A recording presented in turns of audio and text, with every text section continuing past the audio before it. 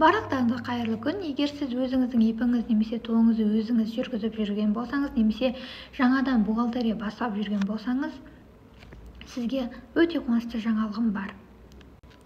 Маған күніне өте көп звоноктар мен сообщение келіп жатады. Маған счет на оплату, акт выполненных работ, акт сверки, накладная, справка с места работы және тағы басқалар документтер керек болып жатыр деп. Мен әрине ешкімнің көңілін қалдырғым келмей барлықтарына жауап беруге тырысамын. Сондықтан мен сіздерге арнап Телеграмнан группа аштым. Ол группадан сіз тегін образец, яғни шаблондарды жүктеп ала аласыздар.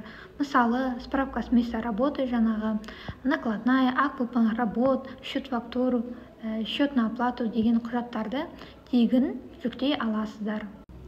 Сондықтан менің Телеграм каналыма тіркеліп, өздеріңіздің уақыттарыңызбен ақшаларыңызды үнемдеңіздер.